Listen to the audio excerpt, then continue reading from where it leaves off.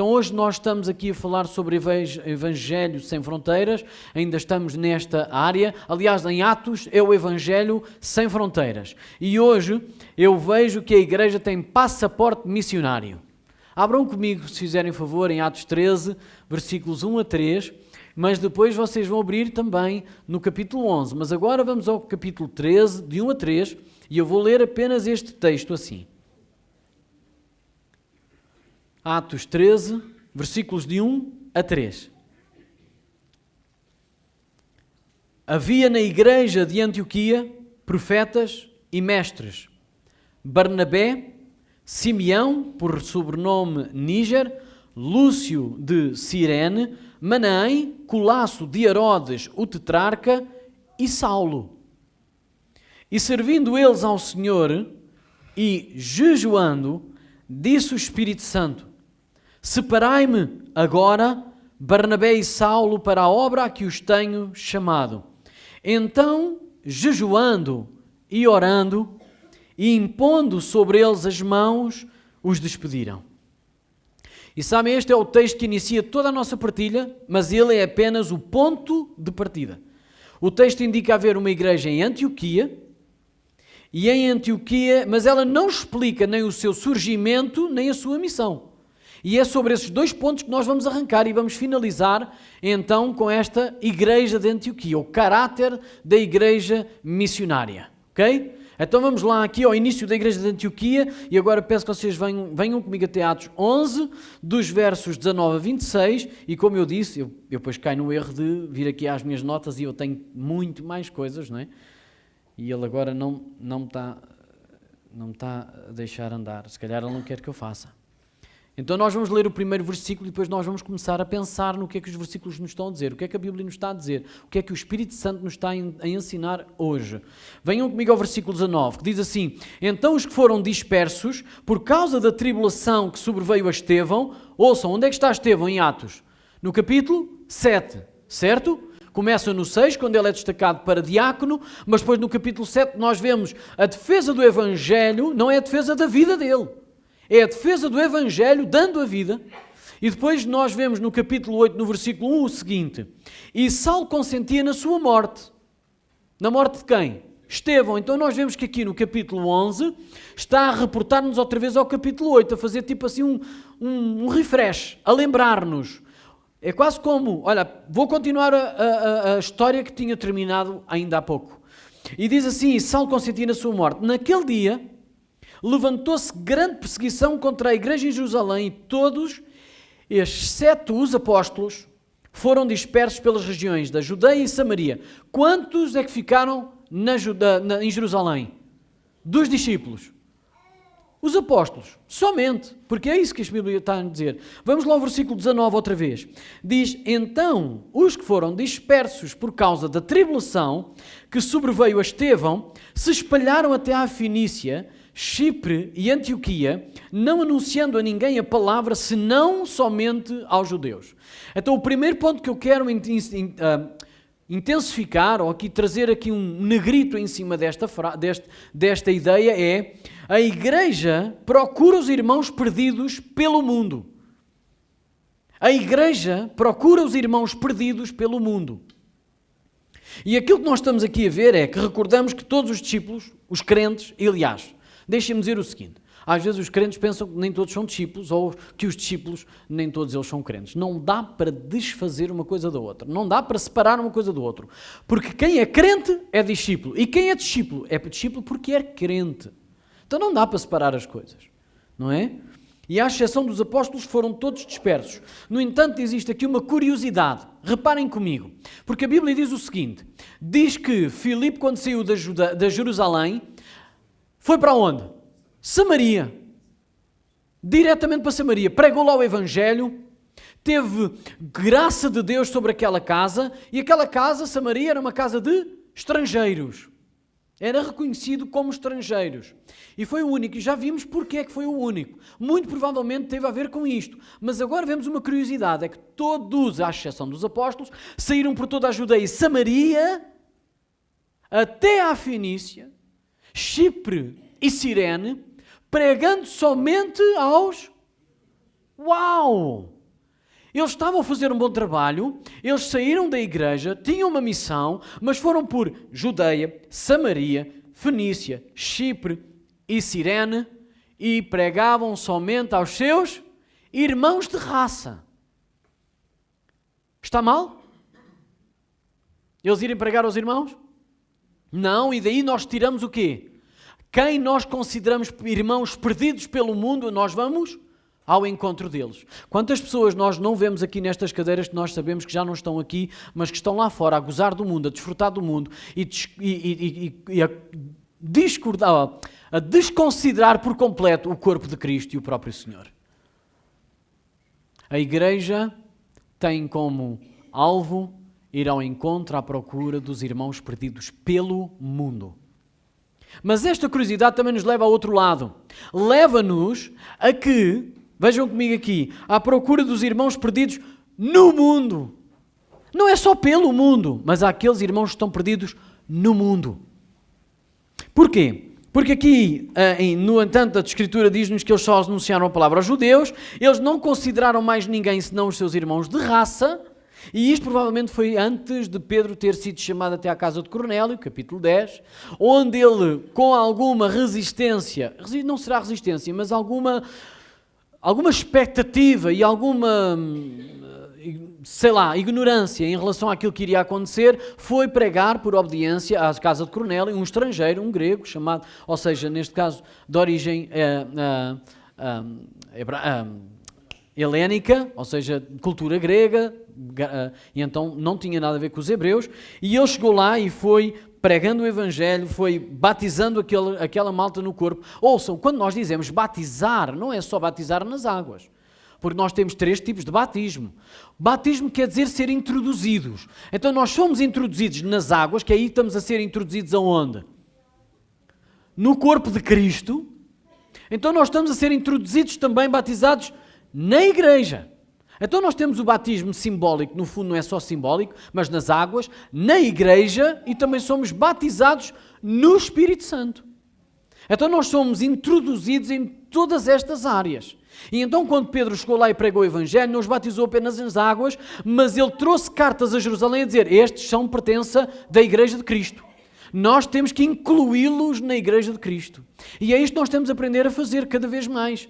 A não fazer a coisa por metade, pelo meio. A pensar, ok, vocês vão aceitar o Senhor Jesus Cristo, ok, tudo bem, então adeus amanhã e já não tenho mais nada a ver com vocês.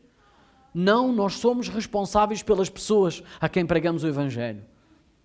Nós somos responsáveis pelas pessoas a quem nós pregamos o Evangelho, ou a quem somos enviados a pregar o Evangelho. E nós vemos aqui o seguinte, é que somente Filipe é que foi direito a Samaria aos estrangeiros, e nós já vimos anteriormente que Filipe, tendo uma origem do seu nome Filipos, que vem diretamente do grego, muito provavelmente tem sido um daqueles tais que chegaram a Atos 2, de fora das outras regiões, ouviram a pregação de Pedro e foi um dos tais que disseram, o que é que havemos de fazer? E Pedro diz, convertam-se a Deus, arrependam-se e sejam batizados para perdão dos vossos pecados. E depois houve ali aquele tempo todo de pregação, da igreja começar a crescer, eles estavam todos juntos na doutrina dos apóstolos, na comunhão do partir do pão, na comunhão das orações. Ouçam, eles estavam ali todos os dias e depois quando chegou um problema da igreja, ele foi reconhecido como uma pessoa fervorosa na fé e cheia do dom do Espírito Santo. E foi isso que fez com que Filipe, tendo a experiência de ser estrangeiro, reconheceu que os estrangeiros também eram alvo do Senhor, com mais facilidade e mais velocidade do que os próprios apóstolos, que tinham passado 3 anos com o Senhor a ouvir que as portas iam se abrir para os outros. O próprio Pedro pregou sobre isso, sobre toda a carne enviarei o meu Espírito, sobre toda a carne. E ele não entendeu, mas Filipe entendeu. Porquê? Porque ele já tinha vivido essa experiência. Ele sabia o que era ser estrangeiro, ele sabia o que era ser desconsiderado em terra alheia, e mesmo quando vinha até à sua, era de classe segunda, porque tinha abandonado o seu país. Já alguém entendeu isto? Já alguém viveu isto? Mas a igreja não pode ter este tipo de diferenças, nem ter este tipo de discernimento como os apóstolos tiveram no início, mas o discernimento que tiveram Filipe. Veja comigo esta curiosidade. Alguns deles, versículo 20, porém, que eram de Chipre e de Cirene e que foram até Antioquia, falavam também aos gregos, anunciando-lhes o Evangelho do Senhor Jesus. Quero lembrar aos irmãos, estamos a lembrar o início da igreja, o surgimento da igreja em Antioquia, que nos vai mostrar como é que é o caráter da igreja em relação à missão da igreja. É interessante que alguns deles, deixem-me dizer isto assim, a Escritura torna-se clara quando diz que se os judeus que saíram da Judeia, de Jerusalém, mesmo indo Samaria, Judeia, ou Judeia, Samaria, Fenícia, Chipre e Cirene, só pregavam aos irmãos judeus, quem são estes de Chipre que começaram também a falar aos gregos? São? Oi, não, vocês têm que chegar lá. Estes irmãos que a Bíblia no versículo 20 está a dizer é que eles são judeus. Só que eram judeus de Chipre, tal e qual como Filipe. Quando ouviu o Evangelho não teve esta fronteira de dizer é só para os nossos irmãos de raça. Ouça, os que estavam em Chipre sendo judeus, ouviram os judeus que vinham de Jerusalém a pregar o Evangelho e diz que eles, porém, que eram de Chipre, mas eram judeus. A Bíblia não se contradiz.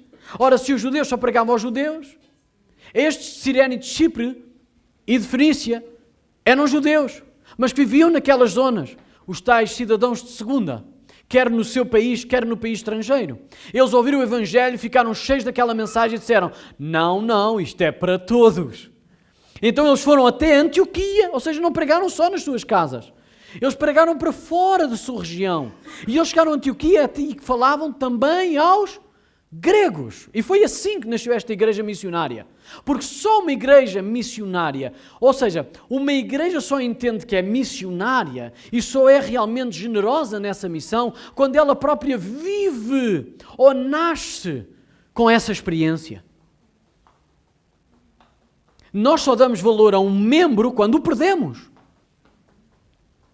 E nós damos muito mais valor a uma coisa que compramos quando o ordenado custou. Sim ou não? Vai-me custar comprar aquilo, mas eu vou-me esforçar imenso. Qual é o valor que nós damos àquilo? É apenas o valor de dinheiro? Não. É todas as horas, todo o esforço, todas as exigências, tudo aquilo que nós negamos para conseguirmos alcançar aquilo. Então uma igreja que foi alcançada com esforço, com dedicação, com intervenção divina, com doação de outras pessoas, também entende que a sua missão é fazer o mesmo por outros. E eu temo pela nossa igreja. Nós estamos acomodados demais nesta área. Não ouvi nenhum amém. Amém, irmão? Ok, obrigado. Nós estamos acomodados nisso. Não sentem isso? Nós estamos acomodados nisso. Nós estamos a enviar pouco. Até mesmo a nós. Estamos-nos a enviar pouco.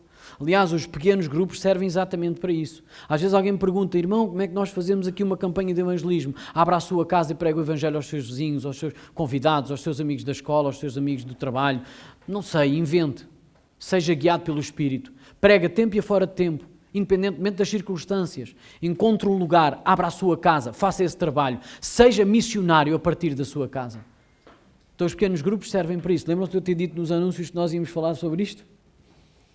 Então, na realidade, as dificuldades que Deus nos permite passar transformam-se em bênção para os outros.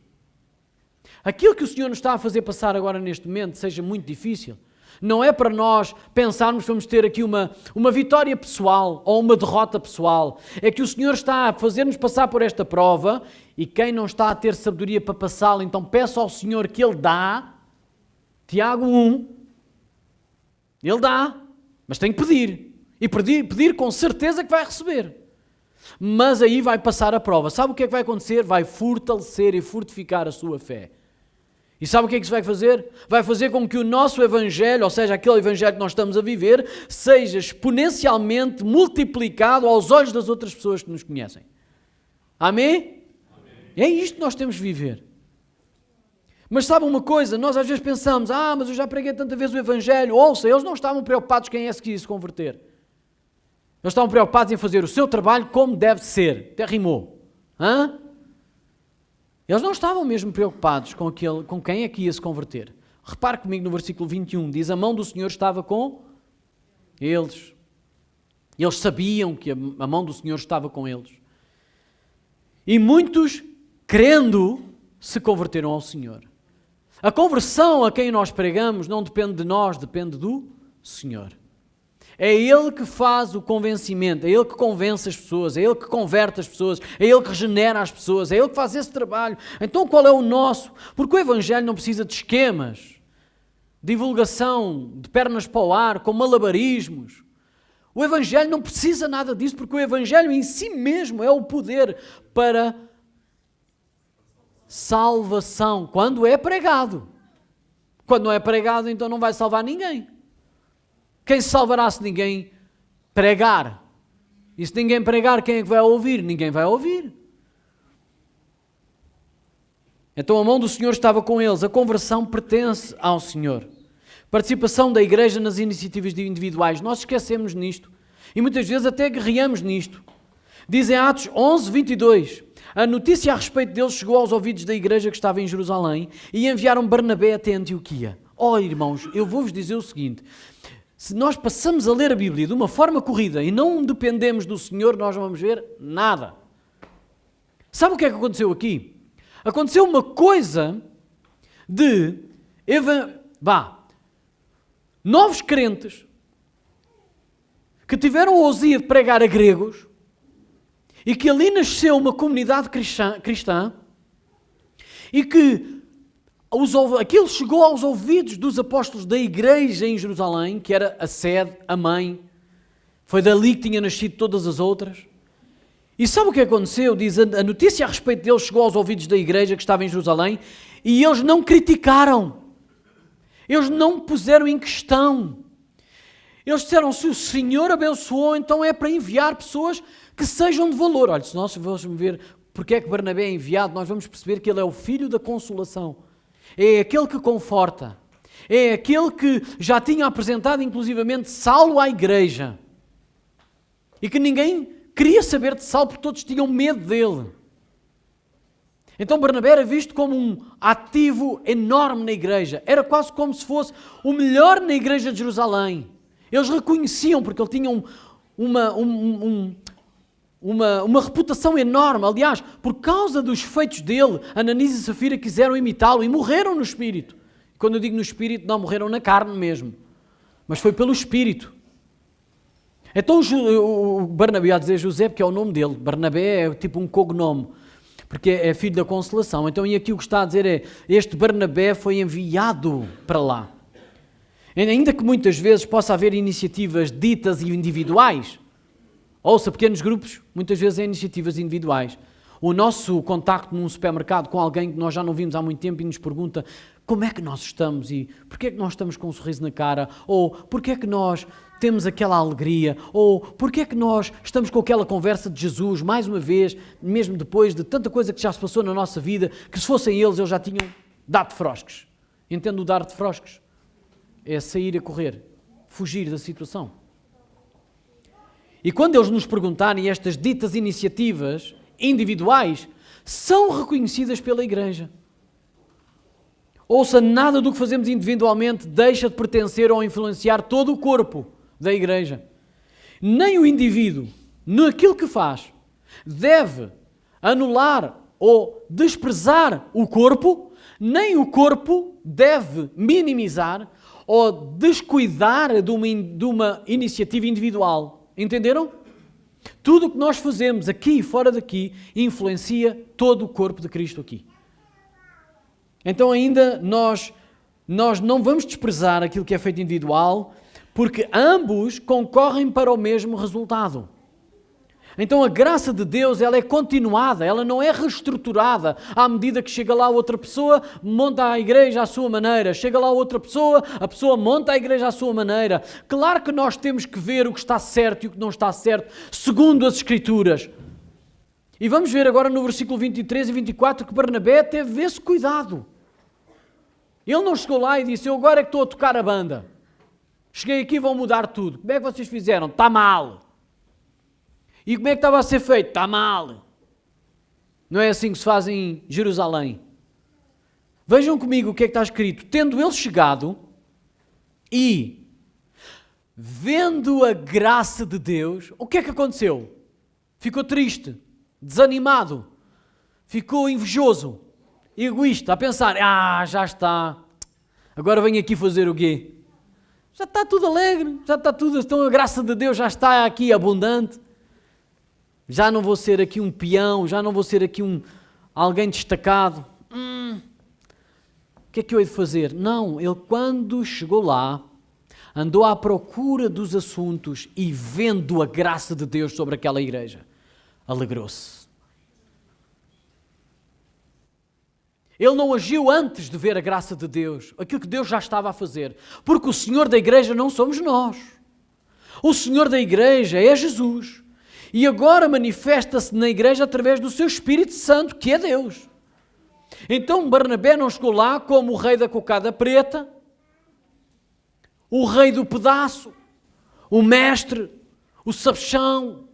Não, ele chegou lá e começou a perceber onde é que Deus já se tinha manifestado e onde é que ele já estava a reinar, e diz que ele se alegrou.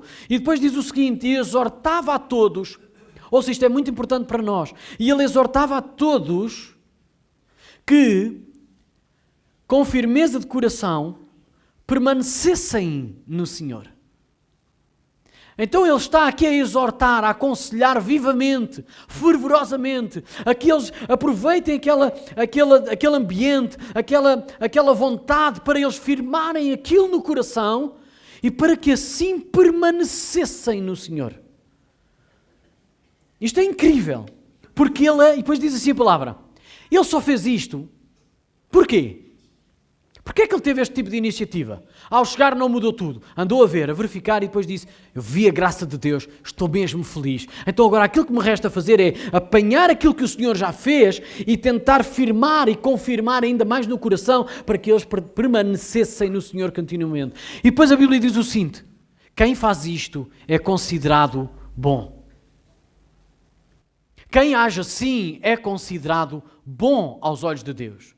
Porque o Espírito Santo, através de Atos, diz o seguinte, porque era homem bom, cheio do Espírito Santo e de fé, e muita gente se uniu ao Senhor. Então repare, a igreja de Antioquia já tinha começado a nascer, depois a igreja de Jerusalém ouviu que havia um trabalho a começar ali naquele lugar, enviou um dos mais destacados da igreja, eles não enviaram qualquer um, enviaram quem lhes fazia falta em Jerusalém. Será que nós somos capazes de enviar quem nos faz falta? É que Deus enviou aquilo que lhe fazia mais falta. O seu Filho. E nós somos criados à sua imagem e semelhança e queremos agir assim porque somos regenerados em Cristo. Então a igreja de Jerusalém enviou o que tinha de melhor. É assim que nós vemos a Bíblia a fazer. E quando ele chega a Antioquia, ele começa a verificar aquilo que o Senhor já está a fazer. Ele alegra-se, exorta a igreja a ficar, mas diz que o trabalho dele não veio destruir o que já estava feito, mas veio multiplicar. Então, quando nós agimos assim no Senhor, nós multiplicamos o trabalho que o Senhor está a fazer. Então, somos usados por Deus para desenrolar o seu plano naquele lugar. Quem é que quer ser usado por Deus aqui a multiplicar o seu plano? É que essa é que é a ideia.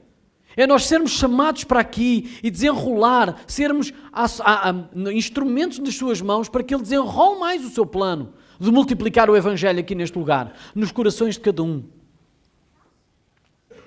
Então, reconhecendo os ministérios de dom e dons de cada membro. Sabe que Barnabé não ficou por ali.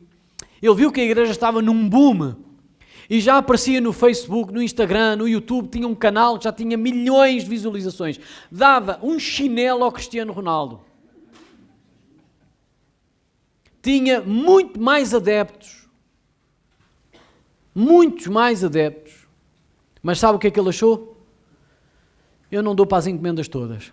O Senhor não me chamou para ser o único, o exemplar. Eu sei que esta igreja, mais cedo ou mais tarde, vai ter necessidades que eu não vou conseguir cumprir. E eu sei de um homem que Deus já chamou para os gentios. Valorizar os dons de cada um, não pensar que nós fomos chamados para fazer a obra inteira. Não preciso de ninguém. Mentiroso. Não, se calhar é ignorante. Nós precisamos de cada um que está aqui. Até quem nos visita. Nós precisamos de vocês. Nós precisamos de todos. Porque Deus conta com todos. E se cada um fizer a sua parte, então o corpo vai se multiplicar. E vai estar cada vez mais unido no Senhor. É isto que eu creio, é isto que a Bíblia ensina e é isto que eu prego. E é isto que eu quero viver, e que os irmãos vivam com nós todos juntos. Reconhecer os ministérios e dons de cada um. O que é que Barnabé fez? Barnabé percebeu, eu não vou limitar esta comunidade à minha capacidade e aos meus dons. Eu vou abrir esta igreja aos dons que o Senhor já chamou, e um deles é Saulo. E eu o conheço, porque eu já estive com ele. Então Barnabé sabia que teria de reconhecer as necessidades, ainda antes delas se manifestarem. E isto é muito importante, irmãos. Nós não temos que andar, nós não fomos chamados para andar atrás do prejuízo. Nós fomos chamados e somos instruídos pelo Espírito Santo para andarmos em prevenção, para não sermos apanhados desprevenidos. Então aqui nós entramos na missão da igreja de Antioquia. Nós já vimos aqui uma igreja de Antioquia a crescer, não só com Barnabé, mas Barnabé percebeu, bom, ela vai ter mais dificuldades, já vai ter mais necessidades, e eu vou chamar alguém que é capaz de suprir essas necessidades, porque foi o Senhor que o chamou. Nós temos que reconhecer os dons de todos. Então todos têm que se manifestar com os dons e dizer abertamente, o Senhor, eu creio que o Senhor me chamou para isto. Para ser visível e audível, para que no dia em que nós entendemos que mais cedo ou mais tarde essa necessidade tem que ser suprida, nós vamos logo buscar as pessoas. Amém? Está a fazer sentido? Na sua cabeça? Na minha está. Atos 11, 27 e 29, vamos ver aqui no versículo 27 o que é que diz. Naqueles dias, desceram alguns profetas de Jerusalém para Antioquia. Mais uma vez nós vemos que a integração da igreja no todo não é feita nem em adversidade, nem em disputa, nem aqui em conflito, mas é feito numa parte de um corpo todo inteiro. Agora, neste momento, com tudo aquilo que estava a acontecer, vêm alguns profetas de Jerusalém até Antioquia, mas não era para mandar a igreja abaixo, nem era para dizerem que eles tinham uma palavra do Senhor, que iam pôr tudo em ordem, ou não era nada disso. Eles iam participar no desenrolar da igreja, não só em Antioquia, mas em toda a Jerusalém e em todo o mundo. Sabe porquê? Porque aquilo que eles introduziram lá foi o carimbo do caráter da igreja missionária. Foi ali que se percebeu o que é que a igreja missionária tem no seu caráter, no seu cariz, na sua base. Venha comigo ao versículo 28. Diz que, e apresentando-se um deles, chamado Ágabo, dava a entender pelo Espírito que estava para vir grande fome por todo o mundo, a qual sobreveio nos dias de Cláudio. Mais uma vez, quando nós lemos a Bíblia seguida, nós não entendemos o que é que está ali a acontecer. Ouça, o que é que estes profetas vieram cá fazer? Administrar a igreja. Ajudar a igreja. E um deles, chamado Ágabo, teve uma palavra profética, e ouça, a palavra profética não é só dizer o que vem a seguir, é a palavra profética, diz em 1 Coríntios, no capítulo 14, que a profecia serve para exortar, para consolar e para edificar. Então o que fez esta palavra profética foi exortar a igreja a que eles tinham que estar espertos para uma necessidade que iria vir depois deles. E nós temos aqui, em história, nós sabemos que é nos tempos de Cláudio, sim ou não? É o que está aqui escrito, a qual sobreveio nos dias de Cláudio. E esta igreja de Antioquia tem muito provavelmente aqui 5 anos antes desta fome. Porque Cláudio, a primeira fome que existiu foi mesmo em Roma, do ano 41 ao 42, e ela só chegou à Judeia no ano 45. E este momento que está aqui a acontecer, nós podemos perceber que é mesmo antes dela chegar a Roma. E este profeta, o que chegou lá foi dizer assim, olha, vocês têm que se preparar porque vai vir uma grande fome pelo mundo. E eles perceberam e entenderam que 2 mais 2 são 4 e disseram, bom, ele é profeta, muito provavelmente esta palavra está a vir pelo Espírito, porque eles dizem o quê? Dava a entender, sim ou não? Dava a entender que estava para vir, ou seja, pelo Espírito, que estava para vir grande fome por todo o mundo, a qual sobreveio nos dias de Cláudio. Deixe-me dizer uma coisa, o que Deus nos está a dizer é que a advertência no Espírito vem sempre antes do erro. Era aquilo que eu tinha dito há pouco. A igreja não foi chamada para estar a tapar buracos. Ela foi chamada para evitá-los e para construir pontes. Então nós podemos perceber que a advertência deve vir sempre em prevenção. A tua igreja tem que estar atenta a não permitir que o erro seja alcançado, mas a evitá-lo. Claro, humanamente nós não conseguimos prever nada, a não ser que seja o Senhor a fazer. E humanamente nós estamos sempre aqui a minimizar o prejuízo. coitadinho, olha, o erro está feito, vamos tentar minimizar. Porque não dá para apagar o erro, dá é para crescer com ele. E o que está a acontecer é por essa razão, nós devemos dar ouvidos a quem tem este tipo de dons. Ou seja, de conselho preventivo, em conformidade com a palavra, sempre em conformidade com a palavra. Nós não precisamos estar a julgar o profeta, mas nós temos que julgar as profecias. Então, se elas forem de caráter de exortação, caráter de consolação, caráter de edificação, nós depois temos que ir perceber se pela palavra aquilo está conforme. Porque é assim que o Senhor nos chama a fazer. Então, em conformidade com a palavra, para quê? Para que nós andemos atentos e prevenidos, para cumprirmos o propósito de Deus na nossa missão, sem prejuízos, sem percalços. E a provisão, ouça irmão, a provisão da igreja também é feita antes da necessidade. Veja comigo no versículo 29. Os discípulos, ou seja, ao ouvirem esta profecia, ao ouvirem isto e testificarem e pensarem, bom, isto dá a entender pelo Espírito que vai haver grande fome no mundo. O que é que diz no versículo 29? Os discípulos, cada um conforme as suas posses, já agora, os discípulos, quais discípulos? É a igreja em Antioquia. Porque crentes são discípulos são crentes. Então os discípulos, ou seja, quem está a seguir Cristo, ao ouvir esta profecia, diz assim, cada um conforme as suas posses, resolveram enviar socorro aos irmãos que moravam na Judeia. O que eles com efeito fizeram, enviando-o aos presbíteros por intermédio de Barnabé e de Saulo. Ouça, quantos de nós são capazes de enviar uma promessa de fé, uma oferta a alguém que ainda não está com dificuldades, porque nós entendemos que ela vai estar com dificuldades daqui a um tempo. O que é que nós vamos dizer na nossa cabeça? Porque quando fala de dinheiro, nós temos 30 assuntos diferentes na nossa cabeça a falar. Em assuntos de dinheiro nós dizemos logo, não está a precisar ainda, quando precisar eu envio. É ou não é? Seja verdadeiro. Ou entramos em discussão connosco mesmo a dizer assim, agora não precisa, vai logo gastar no que não precisa e depois tem que lhe dar outra vez. Nós estamos a tentar desculpar-nos a nós para não obedecermos àquilo que o Senhor está a fazer. Ouça, se eles tivessem feito isto, o que é que acontecia? Só que eles conheciam a urgência, pelas circunstâncias. Nós hoje fazemos um voo daqui à China num dia. Eles naquela altura de Antioquia até a Jerusalém, para levar mantimentos ou para levar outras coisas, tinham que ser meses. E estavam sujeitos a serem roubados. Então eles, vai haver fome. Eles não perguntaram, mas quando? É porque Lucas, quando está a escrever, ele já passou aquela fase, ele já está a relatar o que aconteceu. Olha, houve um profeta que disse em Antioquia que ia haver fome em todo o mundo, e ele realmente chegou em 41 e 42 a Roma, mas só se alastrou para a Judeia em 45, mas os irmãos em Antioquia enviaram a oferta antes. Então o Espírito de Deus e da igreja, na igreja, ele está sempre a advertir e a agir antes da necessidade e do prejuízo. Dá para nós entendermos isso assim. E isto é aquilo que faz o caráter missionário da igreja. Porquê? Porque foi ali que o Espírito Santo confirmou a sua missão de Antioquia. Foi ali que nós vimos o caráter deles. E esta igreja, diz a história, que se tornou a igreja mais missionária de todas. Foi daqui que saíram as grandes missões para o mundo. Foi esta igreja que enviou Paulo, neste caso Saulo ainda no início, e Barnabé. Foi esta a igreja que enviou as grandes ofertas para Jerusalém.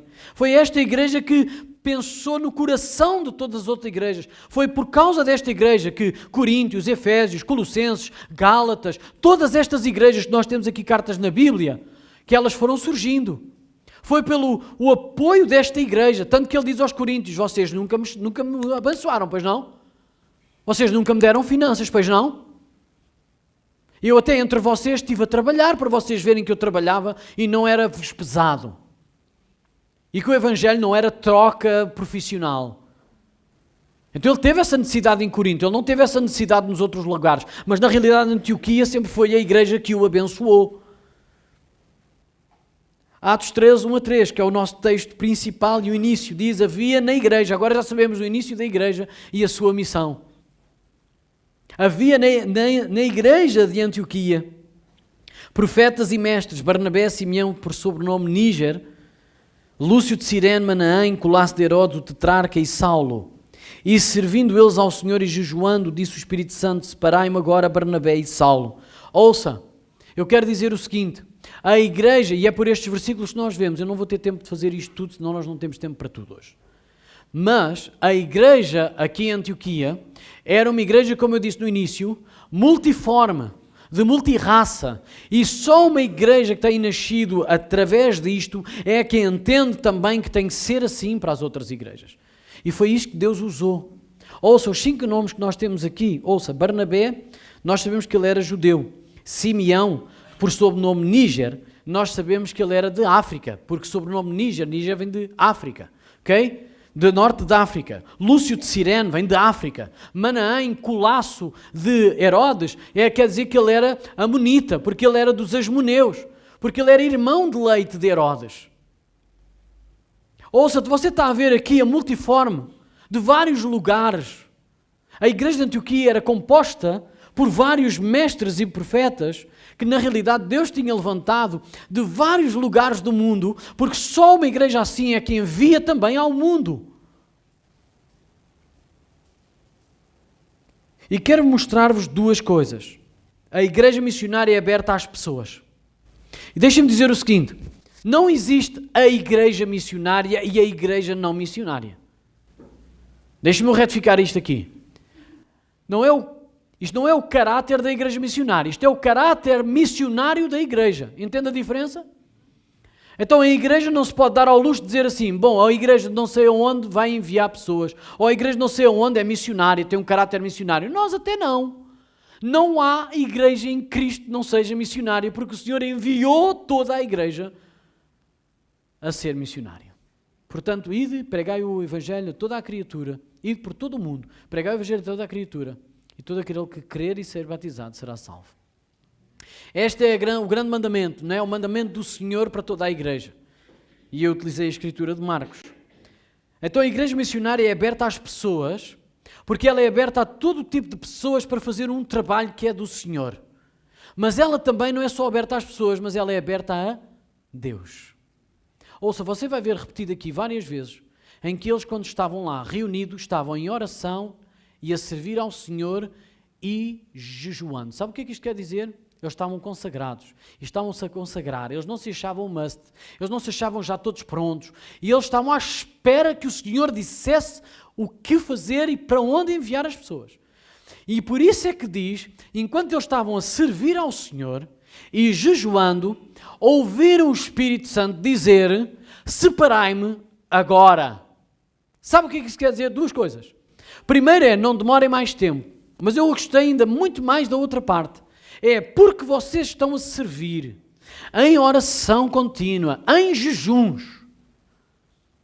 A igreja de hoje em dia despreza muito tanto a oração como o jejum. Mas diz aqui que estes mestres e profetas estavam a servir ao Senhor em oração e jejum. E foi nesse tempo de serviço e nesse formato de serviço que o Espírito Santo falou.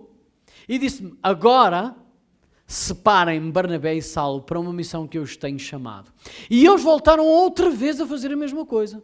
Então a igreja de caráter missionário, ou seja, o caráter missionário da igreja é aberto não só a multiplicidade de pessoas, mas também é direcionada e aberta ao Senhor, totalmente. É totalmente aberta ao Senhor. Mas sabe uma coisa? É isto que nós temos no coração. Nós temos que ter isto bem presente no coração. A igreja missionária é aberta a Deus.